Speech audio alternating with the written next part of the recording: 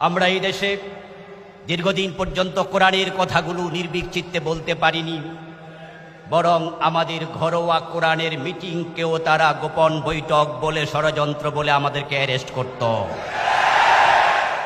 সত্য কথা বলার কোনো পরিবেশ এই দেশে ছিল না। তারা এই দেশের সকল মানুষের কণ্ঠ শুধু রোধ করেনি, 3.5 লাখ মসজিদের খতিবদের মিম্বারের কণ্ঠ পর্যন্ত রুদ্ধ করে ফেলেছিল। শুধু সত্যের কথা বলার কারণে ইমামতি চলে গিয়েছে, খতিবি চলে গিয়েছে, খতিব জেল খেটেছে, এমন পরিসংখ্যানও আমাদের জানা নেই। অসংখ্য খতিব চাকরি হারিয়েছে। আমি নিজেও ছিলাম তাদের একজন। অপরাধ শুধু একটা, নিঃসংকোচে দ্বিধাহীনভাবে সত্যের কথা বলা। যে আল্লাহ আমাদেরকে দীর্ঘদিন পরেই এই উন্মুক্ত পরিবেশ দিলেন, আমরা শুরুতেই তাকে